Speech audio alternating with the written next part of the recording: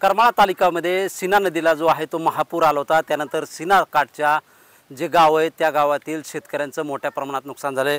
आपण करमाळा तालुक्यातील खडकी या भागामध्ये फिरत असताना पाहू शकतो की सगळ्याच पिकांचं नुकसान झाल्याचं चित्र पाहायला मिळतंय।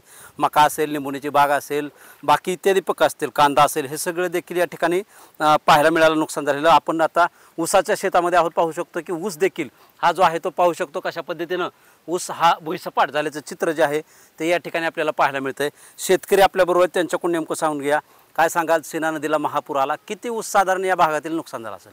साधारण ह्या भागातील ऊस 100, 100, 150 एकराच्या आसपास ऊस पूर्णपणे पाण्यामध्ये झोपलेला आहे आणि ती पूर्ण मुळापासून काही मुळापासून त्याचं फार उद्ध्वस्त झालेलं आहे आणि शासनाने त्याच्यासाठी काहीतरी ह्या शेतकऱ्याची दखल घ्यावी।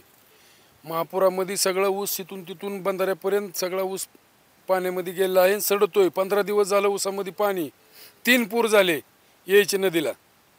सरकारला काय मागणी? सरकारने आमची विनंती अशी सरकारला की साधारण एकरी 1.5 ते 2 लाख रुपये शेतकऱ्याला ऊसाचा मोबदला मिळावा एकरी, असं आमचं म्हणणं आहे। अजून देखील या ठिकाणी भागातील शेतकरी आहेत, काय बोलायचं तुम्हाला? आमचं बी बहुमत तेच म्हणणं आहे। तुम्हाला काय बोलायचं का? बोला बोला। माझी तर अशी भयंकर परिस्थिती झाली आहे। माझे 2 एकर मका पाण्यात गेले आहे।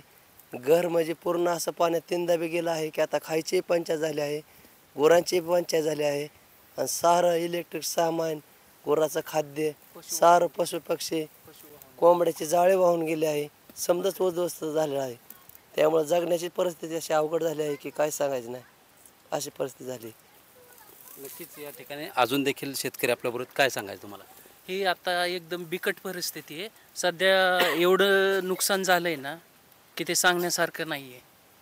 त्याच्यामुळं शक्यतो करून सगळं म्हणजे लवकरात लवकर आम्हाला मदत मिळेल अशी आम्ही आशा बाळगतोय।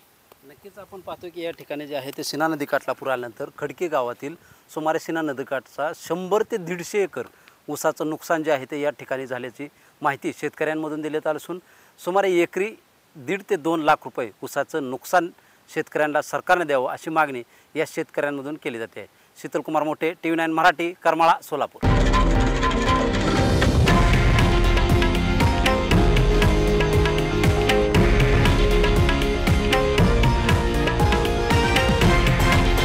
हे आहे देशातील नंबर 1 न्यूज नेटवर्क आणि आपण पाहत आहात TV9 मराठी, एकमेव।